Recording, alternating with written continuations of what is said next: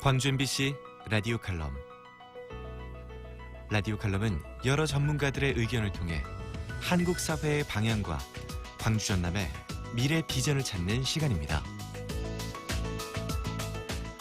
오늘은 사만시대의 중심은 어디인가라는 주제로 국립중앙박물관 박중환 학예관과 함께합니다.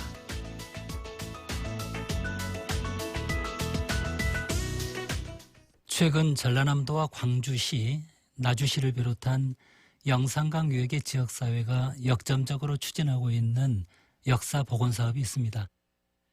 마한사 복원 사업입니다.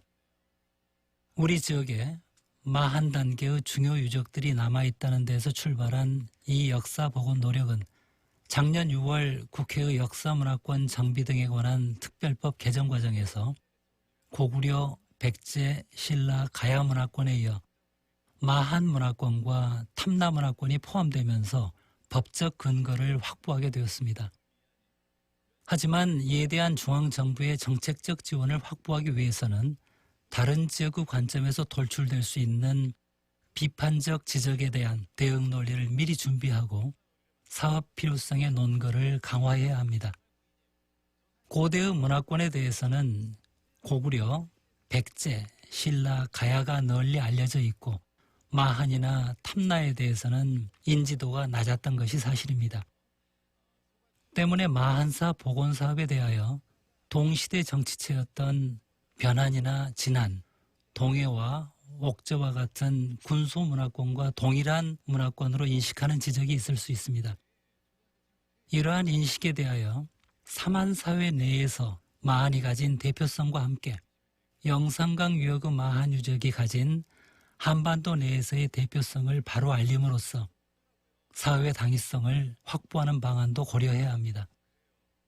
사만시대의 중심은 마한이었던 것으로 전해지고 있고 마한의 중심은 목지국으로 알려져 있습니다. 그러면 목지국은 어디에 있었을까요?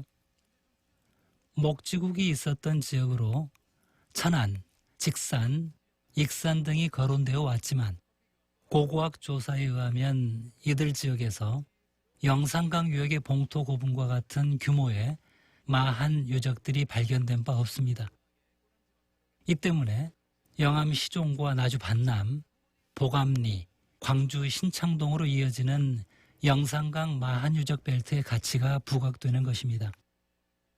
한반도 내에서도 사만시대를 대표하는 유적이 영산강 유역에 가장 대규모로 남아있는 것입니다. 삼국시대의 중심 유적은 잘 알려져 있듯이 경주와 공주, 부여에 있습니다. 하지만 관련 학계의 노력과 지역사회의 대응에 따라 영산강 유역 마한 유적들이 사만시대의 중심 유적으로 자리매김할 수 있는 것입니다. 사만시대의 중심 유적이 영산강 유역에 가장 잘 남아있다는 사실, 이것은 마한 역사 복원 사업의 지역 공감대 확산과 논리적 기반의 출발점이 될 수 있습니다. 박중환 학예관은 전남 유일의 국립박물관인 국립나주박물관의 초대 관장을 역임하며 그 개관 업무를 총괄했고 전라도 천년 역사 편찬 사업 등 호남 지역 역사연구 보급 사업을 추진하고 있습니다.